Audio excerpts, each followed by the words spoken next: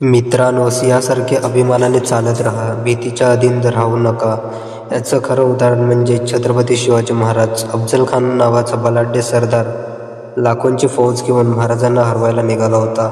अनेकांना वाटलं शिवबा आता वाचणार नाही, पण महाराज घाबरले का? अजिबात नाही. त्यांनी आपल्या धैर्याने, बुद्धीने आणि अभिमानाने योजना आखली. प्रत्यक्ष भेटीत अफजल खानाने फसवणूक केली, महाराजांना ठार मारण्याचा प्रयत्न केला. पण त्याच क्षणी महाराजांनी भीतीवर विजय मिळवत वाघनखांच्या प्रहाराने अफजलखानाचा अंत केला.